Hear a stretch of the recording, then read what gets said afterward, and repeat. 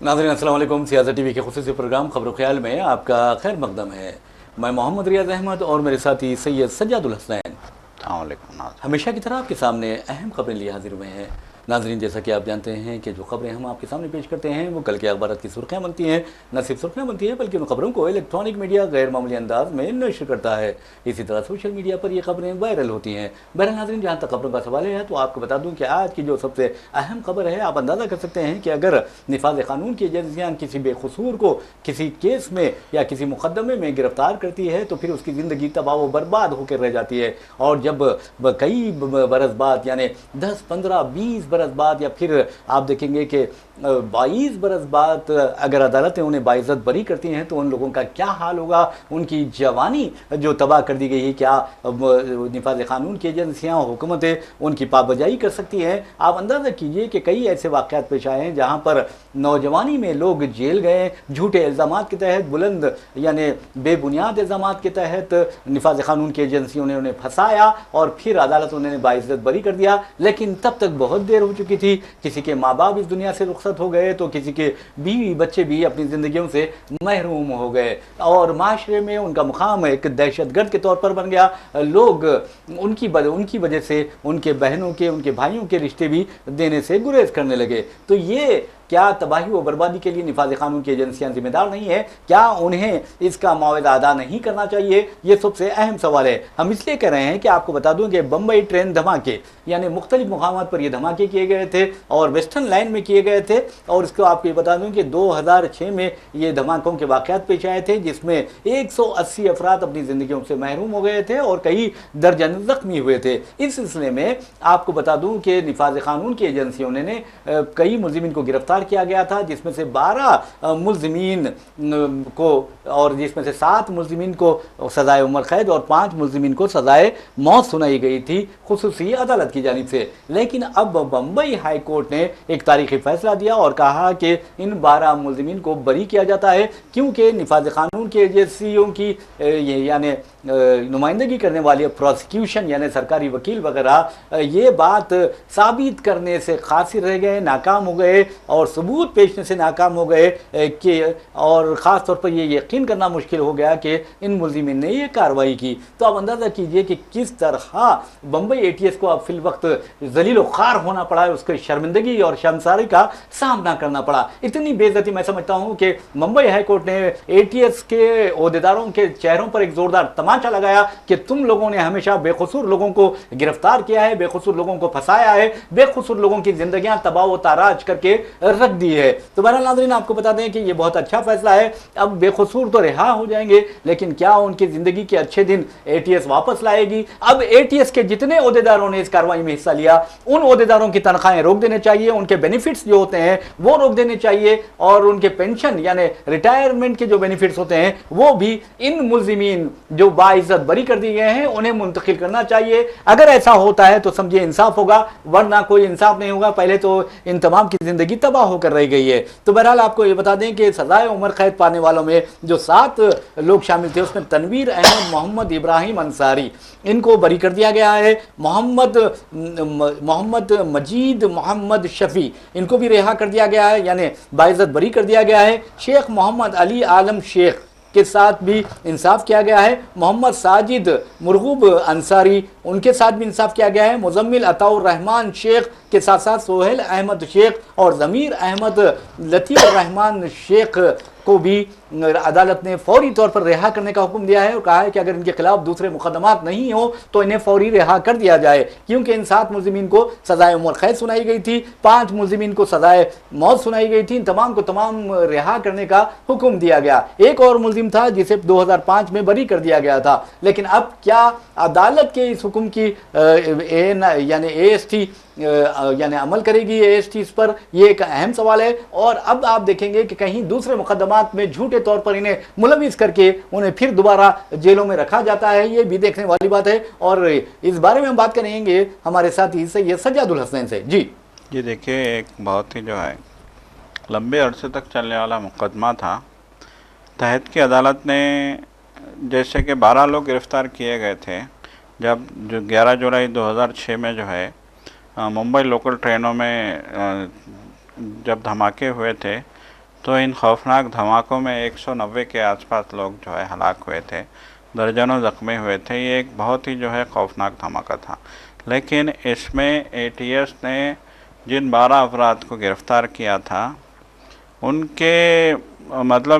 کے بارے میں ہائی کورٹ نے صاف طور پہ کہا ہے کہ ان سے جو ہے حلف نامے داخل کروائے گئے تھے اعتراف جرم کے، اس پہ بھی ممبئی ہائی کورٹ نے سوال اٹھائے ہیں اور کہا ہے کہ جبراً ان سے جو ہے اقبال جرم کروایا گیا ہے۔ دیکھیے یقیناً یہ ایک تاریخ ساز فیصلہ ہے ممبئی ہائی کورٹ کا۔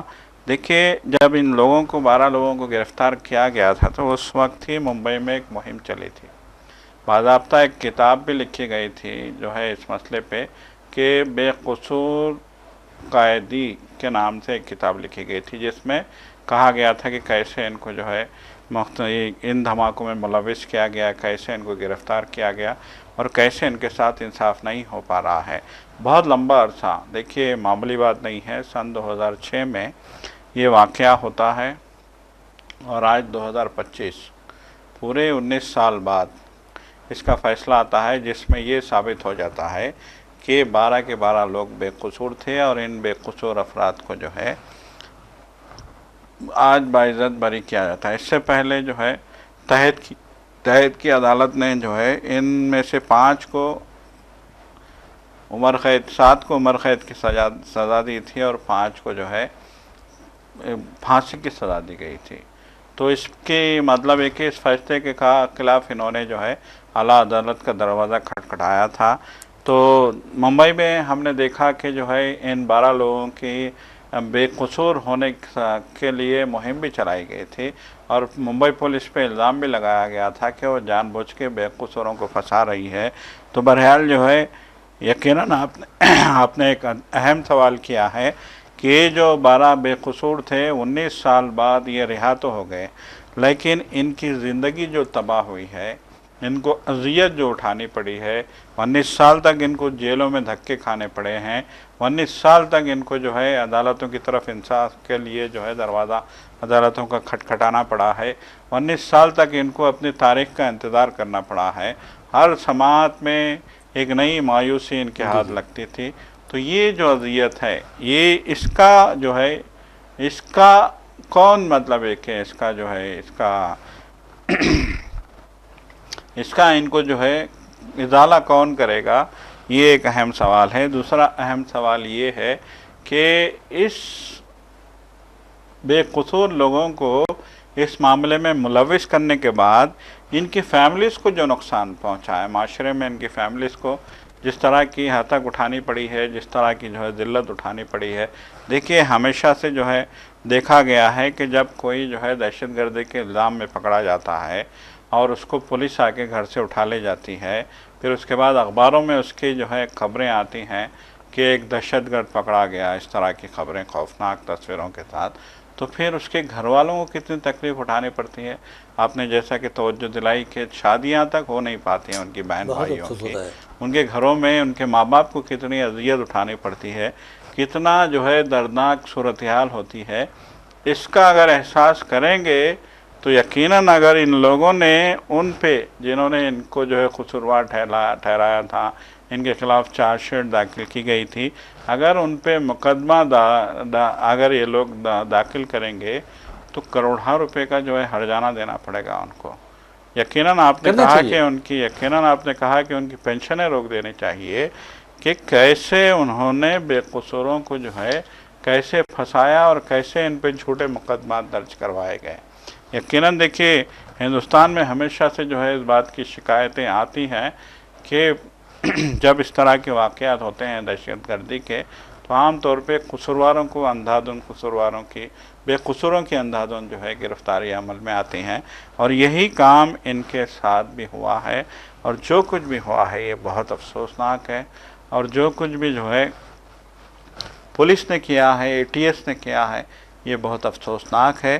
لیکن بہرحال بامبئی ہائی کورٹ کے فیصلے سے यकीनन एक उम्मीद की किरण तो जो है जागी है कि अगर कोई बेकसूर है तो इंसाफ उसको कभी ना कभी मिलता है। बहरहाल नाज़रीन, आपको बता दूं कि जहाँ तक इस फैसले का सवाल है, बम्बई हाई कोर्ट के जो जजेस हैं हम उन्हें सलाम करते हैं कि उन्होंने बहुत ही गैर मामूली फैसला सुनाया है, एक तारीखी फैसला सुनाया है। और 19 बरसों, अगर 19 बरसों का आप जायज़ा लें, अगर हर साल के हिसाब से देखा जाए तो 6,935 दिन उन्होंने जेल में गुजारे हैं। जबकि ऐसे लोग जिन्होंने लोगों की ज़िंदगियाँ तबाह कर दी, ख़वातीन की इस्मत दरी की और कई ख़वातीन को इस्मतों को पामाल किया, उन्हें गिरफ़्तार किया जाता है तो ये बाबा वो बाबा के नाम से उन्हें पैरोल पर बार बार रिहा कर दिया जाता है। लेकिन देखिए 6,935 दिन जेलों में बंद है, 19 साल से वो जेलों में सड़ रहे हैं और सिर्फ और सिर्फ इन ओहदेदारों की जानिबदारी और तासुब की वजह से। तो यकीन मानिए अगर इनकी औलाद के साथ इस तरह का सलूक किया जाता, इनकी औलाद को इस तरह झूठे इल्ज़ामात में फंसाया जाता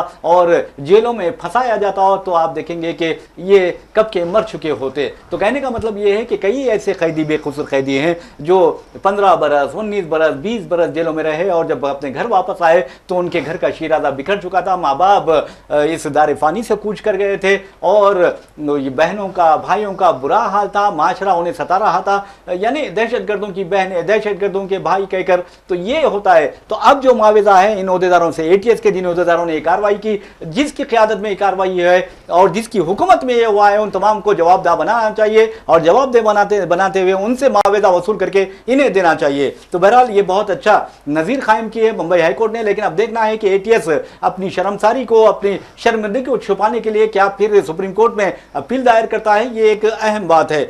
और अब ये देखना है कि वहां इनके साथ क्या होता है। लेकिन आप देखेंगे कि अदालत ने कहा है कि इन्हें अगर दूसरे मुकदमात में ये मतलूब नहीं है तो फौरी रिहा किया जाए। लेकिन आप देखेंगे कि इन्हें फौरी रिहा नहीं किया जाएगा, फिर बेबुनियाद और झूठे इल्जामात के तहत दूसरे मुकदमात में फंसाया जाएगा। तो ये इसी मक्कारी जो अय्यारी होती है, इनके खिलाफ कार्रवाई करनी बहुत जरूरी है। तो बहरहाल नाज़रीन, आपको बता दें कि हम हैदराबाद लिए चलते हैं, लेकिन हैदराबाद के जाने से पहले आपको बताते हैं कि मक्का मस्जिद बम धमाका वाक़या हुआ, दरगाह हज़रत ख्वाजा अजमेर शरीफ अजमेर में धमाका हुआ, जालना में धमाका हुआ, औरंगाबाद में धमाके हुए।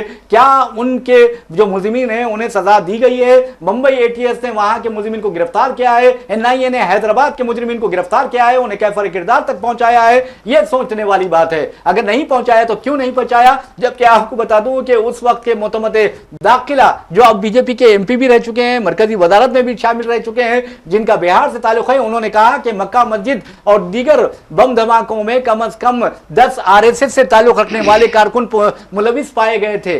और उसके बाद आप देखेंगे ये BJP में शामिल होने वाला शख्स कह रहा है, ये मैं नहीं कह रहा हूं, आप जायजा ले सकते हैं इनके बयान का। तो बहरहाल इस तरह के जो वाक़यात होते हैं, पुलिस को या ATS को या तहकीकाती इदारों को जानिबदारी से या तासुब से काम नहीं लेना चाहिए। अगर वो तासुब से काम लेंगे तो इसका मतलब ये है कि वो एक पूरे खानदान को सता रहे हैं, एक पूरी नस्ल को सता रहे हैं, और उसका खुमियाजा हो सकता है कि उन्हें यहाँ नहीं बल्कि आखिरत में भी भुगतना पड़ेगा। लेकिन अब हालात ऐसे हो गए हैं कि दुनिया में ही लोग इस तरह के अपने जो सिया करतूत हैं उसके अंजाम भुगत रहे हैं। बहरहाल हम आपको हैदराबाद दिए चलते हैं। हैदराबाद से खबर आई है, मरकजी मुमलिकती वज़ीर दाखिला बंडी संजय के बारे में कहा जाता है कि वो काउंसलर बनने के काबिल नहीं थे और असेंबली इंतखाबात में उन्हें शिकस्त का सामना करना पड़ा, लेकिन पार्लिमानी इंतखाबात में जीत गए। और उसके बाद आप देखेंगे कि उन्हें रियासती BJP का सदर बनाया गया, फिर हटाया गया, फिर मरकजी वजारत में शामिल किया गया। और वो शख्स एक जिम्मेदार ओहदे पर फायज है,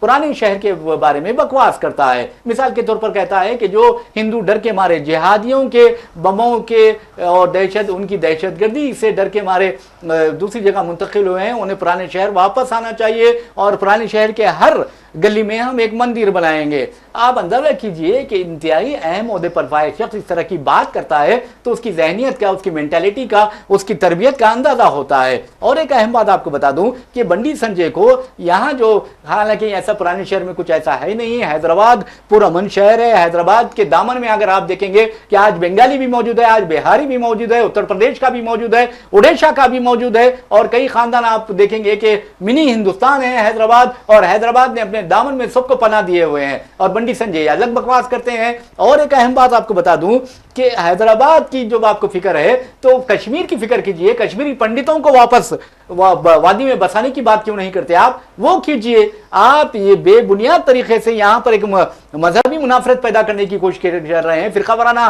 ہم آہنگی کو نقصان پہنچانے کی کوشش کر رہے ہیں۔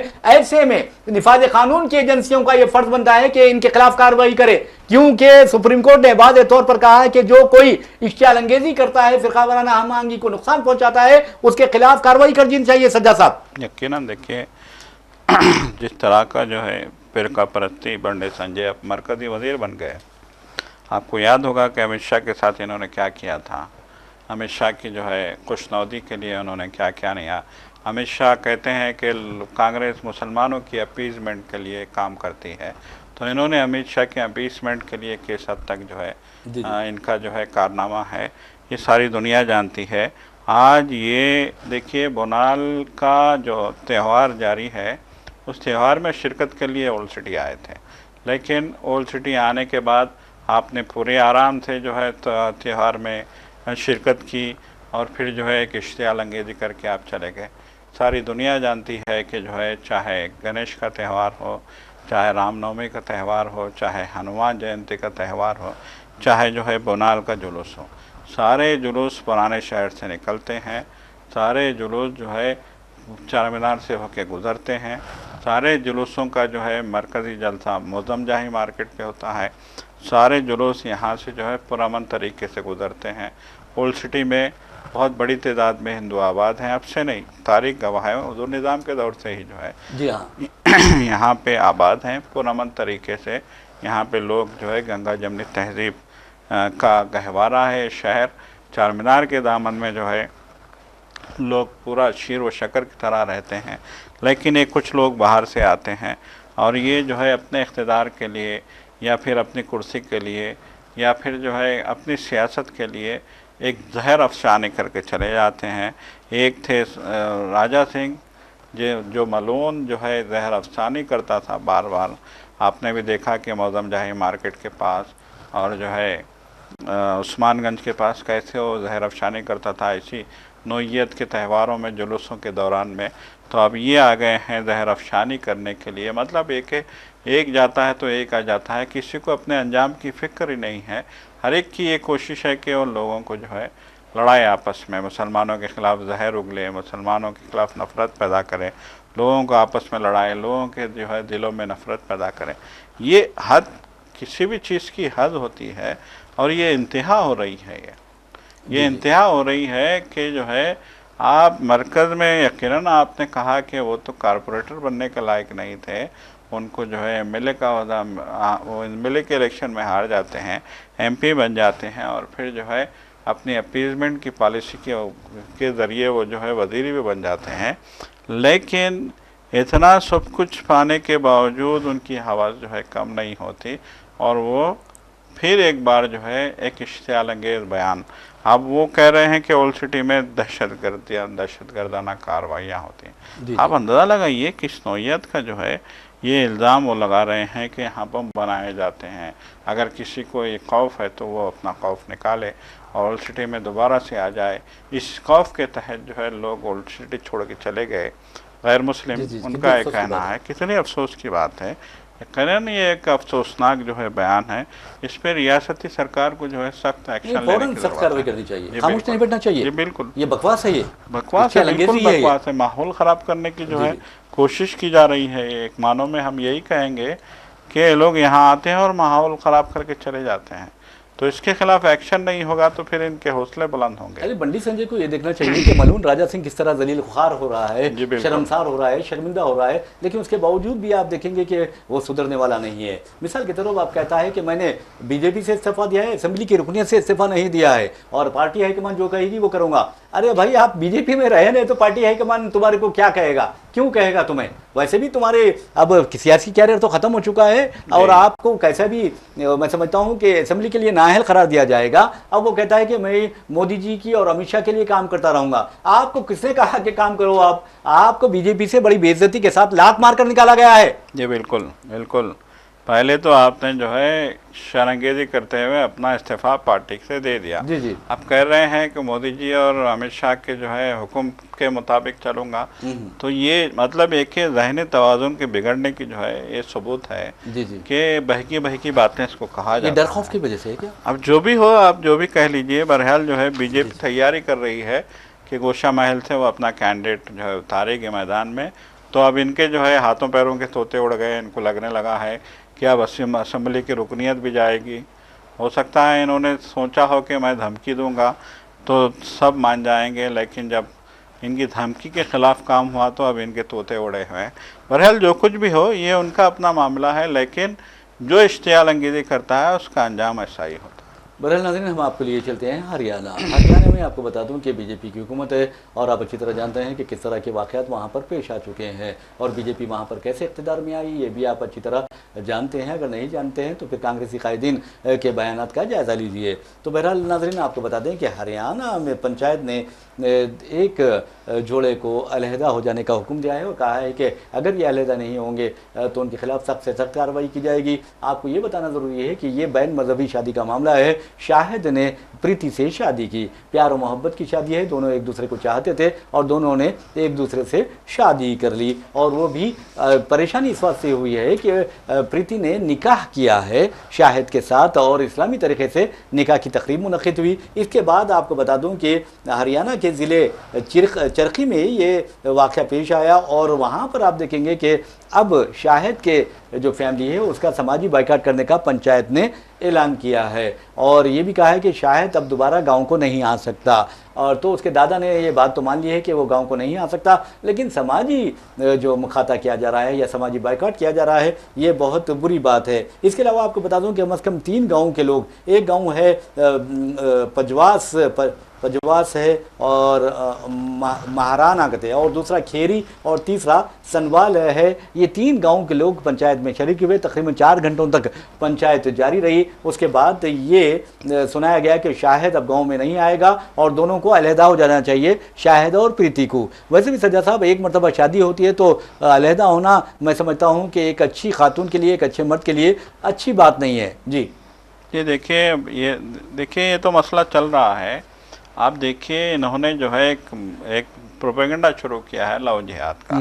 یہ بار بار ہر جگہ، چاہے وہ یو پی ہو، چاہے وہ ہریانہ ہو، چاہے وہ مہاراشٹر ہو، ہر جگہ یہ جو ہے کوئی نہ کوئی مسئلہ لے کے آتے ہیں. کبھی لینڈ جہاد کے نام پہ سطحی مطلب ایک انتہائی گھٹیا ٹائپ کی باتیں کرتے ہیں. جب اس ملک میں، جب ہمارے آئین نے ہمیں اس بات کی پوری اجازت دی ہے کہ ایک بالغ شخص اور ایک بالغ خاتون اپنے مرضی سے جو ہے شادی کر سکتے ہیں، شادی کرنے کی اجازت دی ہے، جب عدالت اس کو مانتی ہے، جب جو ہے قانون اس کو مانتا ہے، تو پھر جو ہے اس میں ایک ماحول بنانے کی کیوں ضرورت پیش آئی؟ دیکھیے ابھی آپ کو معلوم ہوگا کہ جو ہے چنگور جو یو پی کا علاقہ ہے وہاں کا مسئلہ چل رہا ہے کہ وہاں کے جو ہے ایک درگاہ کے سجادہ نشین کو، ایک خانقاہ کے ذمہ دار کو کیسے جو ہے مختلف کیسوں میں پھنسایا گیا ہے. ان پہ صرف یہ الزام تھا کہ وہ جو ہے لوگوں کی اسی طرح کے جو اگر کوئی غیر مسلم اور مسلمان کے مابین شادی ہوتی یا پھر جو ہے غیر مسلم مسلمان ہوتا تو ان کو جو ہے وہ تربیت کے لیے اپنے پاس اپنے خانقاہ میں رکھا کرتے تھے. تو اس کا خمیازہ ان کو یہ بھگتنا پڑا کہ ان پہ جو ہے بیرونی فنڈنگ کے IAS کے نہ جانے کتنے جو ہے مطلب ایک الزامات پولیس نے لگائے ہیں، یو پی پولیس نے. تو اب یہ ہریانہ یقیناً حالات اتنے خراب ہو گئے ہیں اس ملک کے، اتنی نفرت پھیلا دی گئی ہے، اتنے حالات خراب کر دیے گئے ہیں کہ اگر کوئی مسلمان لڑکا اگر کسی غیر مسلم لڑکے سے شادی کرتا ہے تو پھر اس کا جینا دوبھر کیا جا رہا ہے.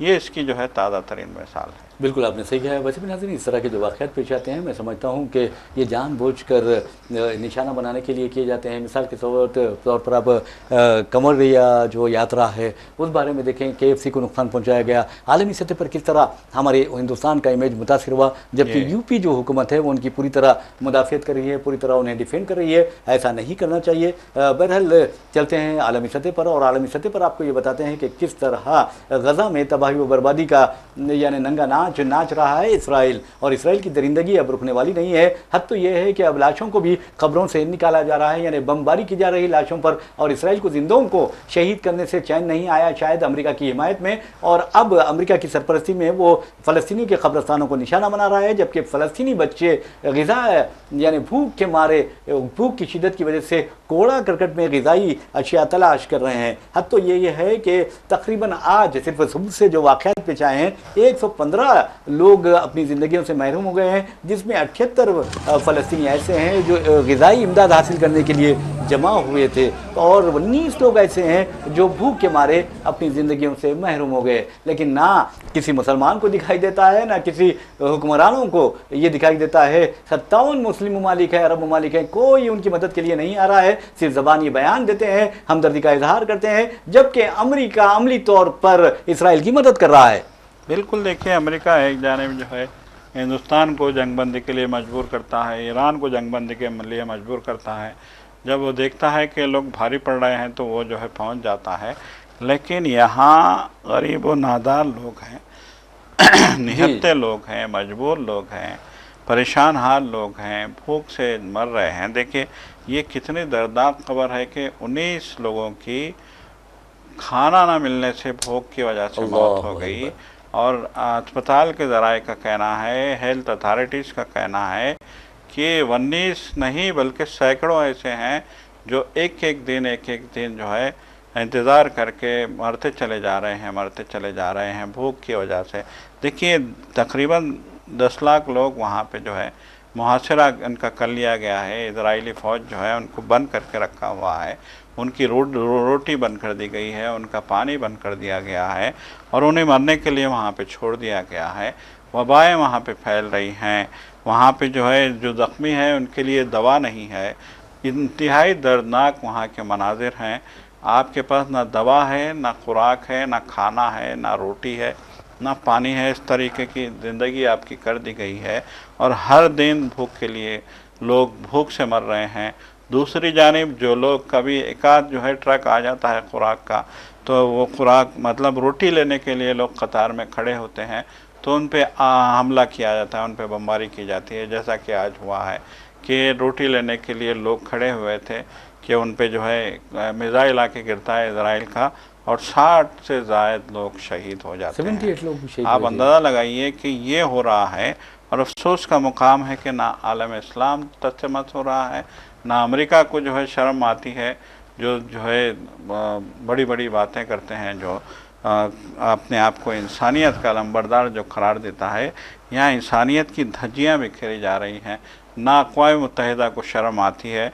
आपने नेटो किसके लिए बनाई है, सबसे बड़ा सवाल ये है। बिल्कुल, आप फ़ौज रखिए वहाँ पे, अपनी फ़ौज भेजिए, फ़ौज की निगरानी में वहाँ लोगों की कम से कम मदद कीजिए, लोगों की खाने का इंतज़ाम कीजिए। अगर लोगों के खाने पीने का देखिए, ट्रक, अब कितनी दर्दनाक बात है कि ट्रक जो है रोटी लेके आते हैं, उनको आने नहीं दिया जाता। इजरायली फ़ौज जो है उनको जो है गज़ा के सरहदों पे रोक लेती है, और किसी की हिम्मत नहीं है कि इजराइल को जो है इस हरकत से, इस खबासत से, इस सफाकी से रोक सके। ये सबसे बड़ा जो है अलमिया है। बहरहाल इसी के साथ हम अपना प्रोग्राम खबर ख्याल इख्तिताम को पहुंचाते हैं। अपने मेज़बान मोहम्मद रियाज अहमद और मेरे साथी सैयद सज्जादुल हसनैन को इजाज़त दीजिए। इंशाअल्लाह फिर मुलाकात होगी, फिर बात होगी। तब तक के लिए अल्लाह हाफ़िज़, खुदा हाफ़िज़।